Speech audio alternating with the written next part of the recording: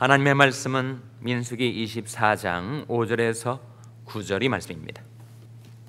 야곱이여 내 장막이, 이스라엘이여 내 거처가 어찌 그리 아름다운고, 그 멀어짐이 골짜기 같고 강가의 동산 같으며 여호와의 심으신 침향목들 같고 물가의 백향목들 같도다. 그 통에서는 물이 넘치게 있고 그 종자는 많은 물가에 있으리로다. 그 왕이 아갑보다 높으니 그 나라가 진흥하리로다. 하나님이 그를 애굽에서 인도하여 내셨으니 그 힘이 들소와 같도다. 그 적국을 삼키고 그들이 뼈를 꺾으며 화살로 쏘아 꿰뚫으리로다. 다 읽으시겠습니다. 꿇어앉고 누움이 수사자와 같고 암사자와도 같으니 일으킬 자 누구이랴.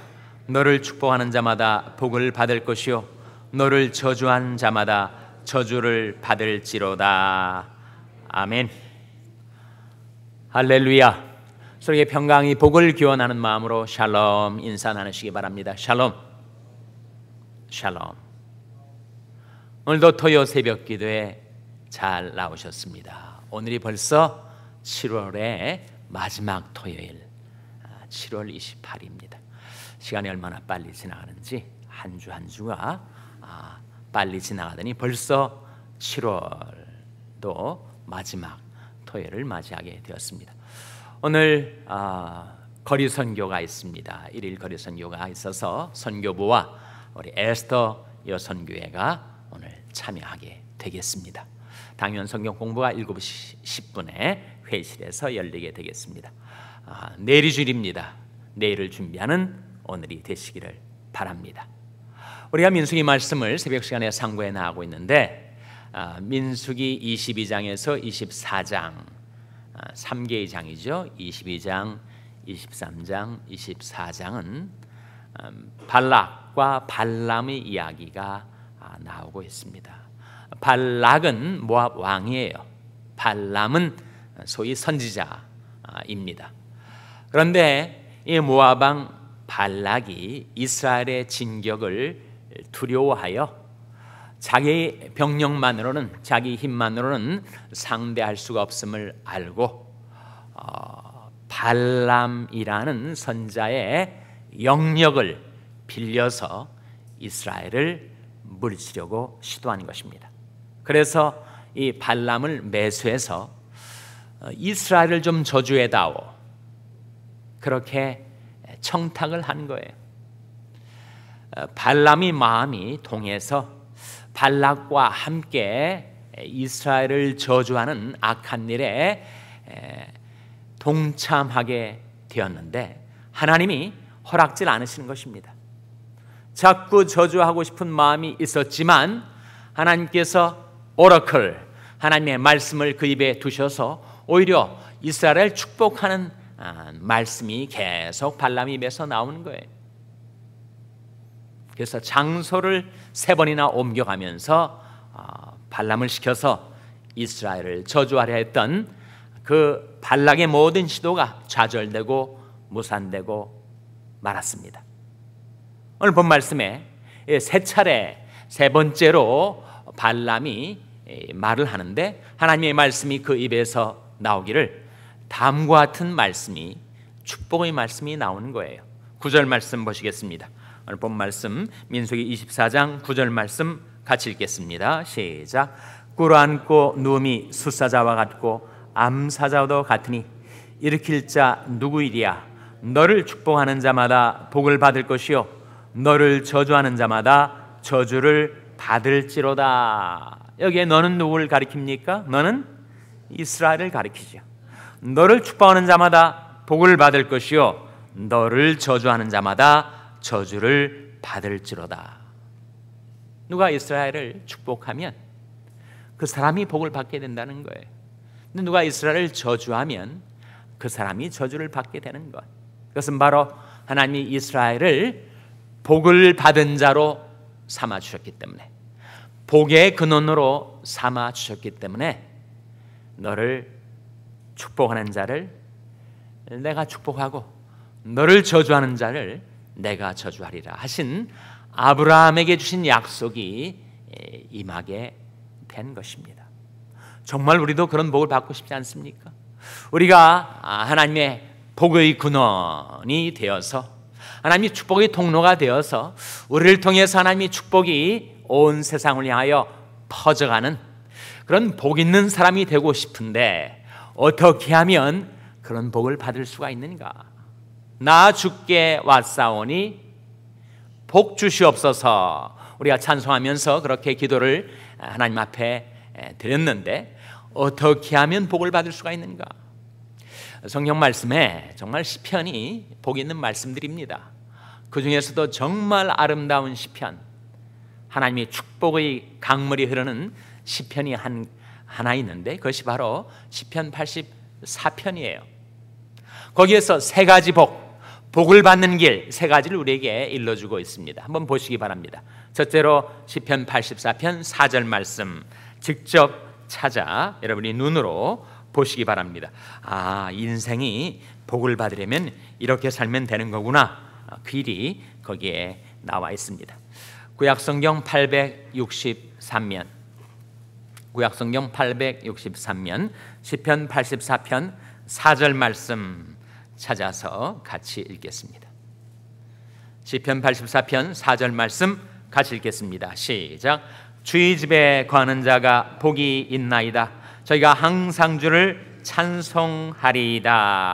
누가 복이 있는 자라고요? 주의 집에 거하는 자가 복이 있나이다.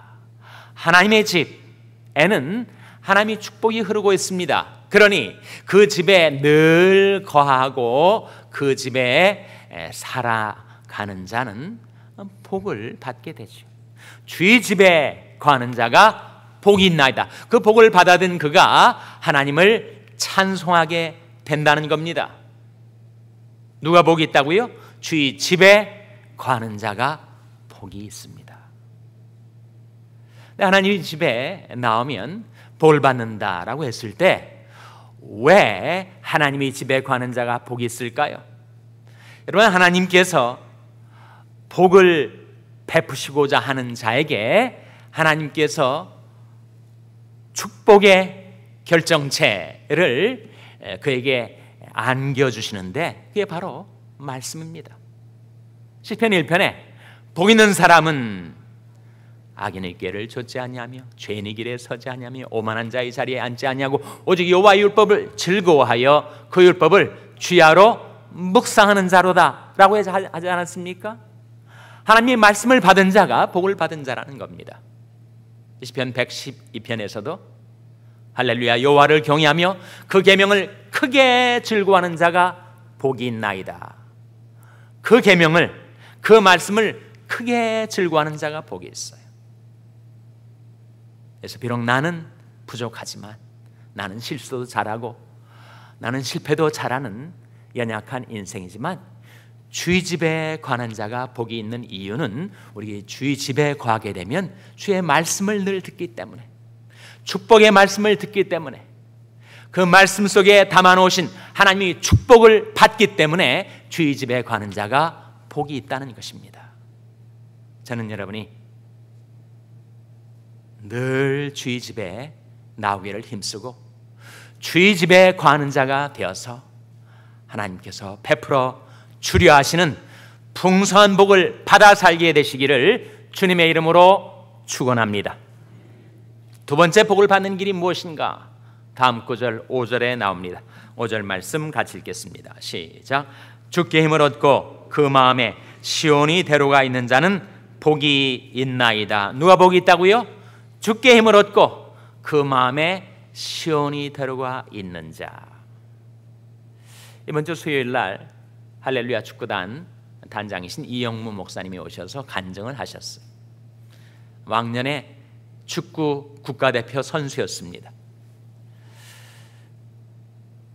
정말 격렬한 몸싸움을 하는 축구 국가대표니 얼마나 신체가 우람한 분일까. 키가 165cm가 안 되십니다. 체중이 65kg이 안 되세요. 그런데 어떻게 그런 분이 그 유명한 축구 국가대표 선수가 되었는가? 자기가 그런 간증을 하시더라고요. 축구 선수가 되려면 체격 조건이 좋아야 되고 스피드가 있어야 되고 기술이 있어야 되는데 자기는 그 3자가 다 없었대요. 그런데 자기는 소위 산소 탱크라고 하는 박지성, 한 경기를 소화하면 보통 선수들은 10,000m를 뛰는데 박지성은 12,000m를 뛴다는 거예요. 이게 산소 탱크라는 거예요. 근데 자기는 현역 시절에 20,000m를 뛰었대요. 뛰고서도 또 한 차례 경기를 소화할 정도의 체력이 남아있다는 거예요. 아니 그 외선 체구에 어디서 그 힘이 나오는가? 그러니까 비결을 얘기를 하는 거예요. 비결이 바로 이사야 40장 31절 말씀.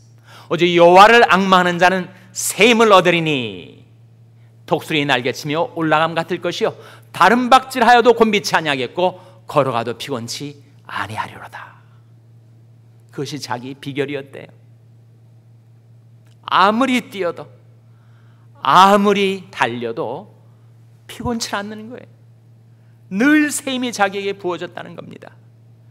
그래서 그 유명한 차범근, 자기 선배라고 하면서 차범근 선수보다도 대표로서 골을 더 많이 넣고 김재한 선수라고 유명한 장신의 헤딩 선수보다도 더 골을 많이 넣고 국가대표 현역을 했을 때 46골을 넣었다고 합니다. 자기에게서 나온 힘이 아니라는 거죠. 그것은 주님께서 주신 힘, 주님께서 주신 복. 주께 힘을 얻고 그 마음에 시온이 데려가 있는 자는 복이 있나이다.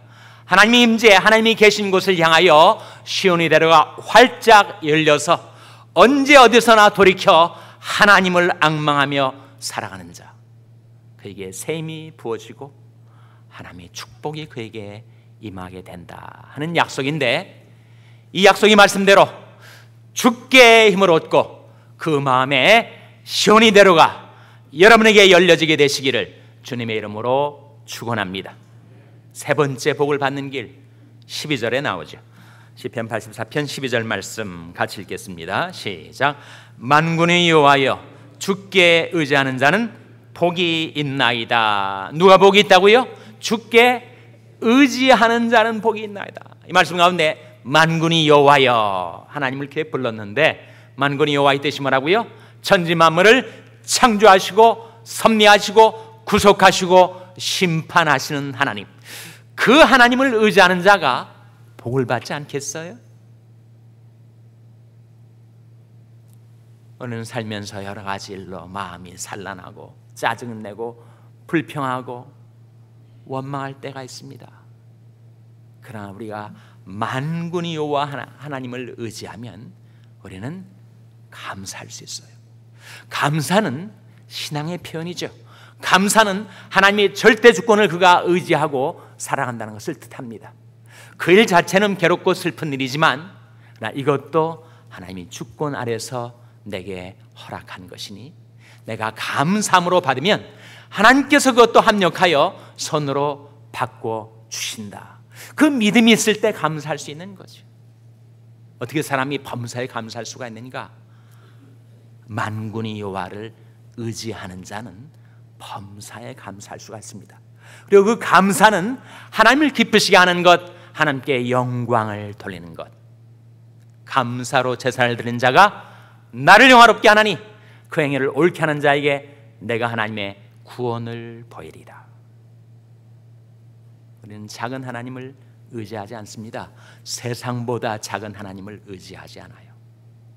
우리는 세상을 창조하신 하나님, 온 우주를 주관하시는 살아계신 절대 주권자이신 하나님을 의지하며 사는 자. 그렇다면 우리는 범사에 감사할 수가 있는 것 아닙니까? 그리고 그 감사, 그렇게 하나님께 기쁨을 드리고 영광을 돌리는 것이라면 왜 감사를 못하겠어요? 그 작은 모든 일에, 그렇지, 이것은 만군의 여호와이신 하나님께서 내게 허락하신 일이니 일단 감사하고 보자. 일이 어떻게 될지 모르겠지만 나는 감사하며 살리라. 그렇게 사는 자가 복 있는 사람 아니겠습니까?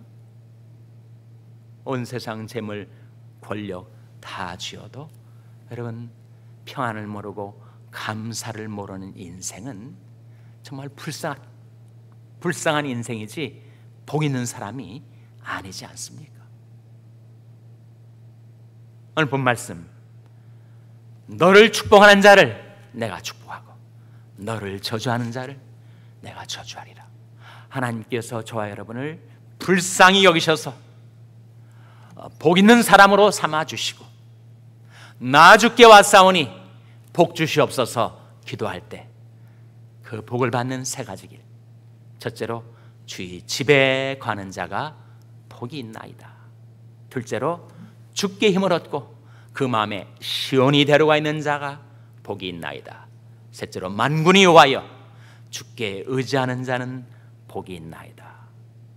그 복이 여러분에게 임하게 되시기를 주님의 이름으로 축원합니다. 기도하시겠습니다. 오늘 말씀 기억하며 하나님, 저희들이 하나님께 복을 받아 살게 하시고 복 있는 사람 되게 하여 주시옵소서. 기도하시기 바랍니다. 우리 자녀들을 위해서 기도할 때 하나님, 저희 자녀들을 긍휼히 여기사 축복하여 주시옵소서. 복 있는 인생이 되게 하여 주시옵소서. 자녀들을 위해서 기도해 주시기 바랍니다. 병상에 약한 지체들을 위해서 기도하실 때 하나님께서 긍휼과 권능의 손으로 안수해 주시고 치료해 주시고 낫게 해 주시옵소서. 위하여 기도해 주시기 바랍니다. 우리 샬롬교회를 위해서 기도할 하나님, 저희 샬롬교회가 이 세상에 하나님이 쓰시는 축복의 통로가 되게 하여 주시옵소서.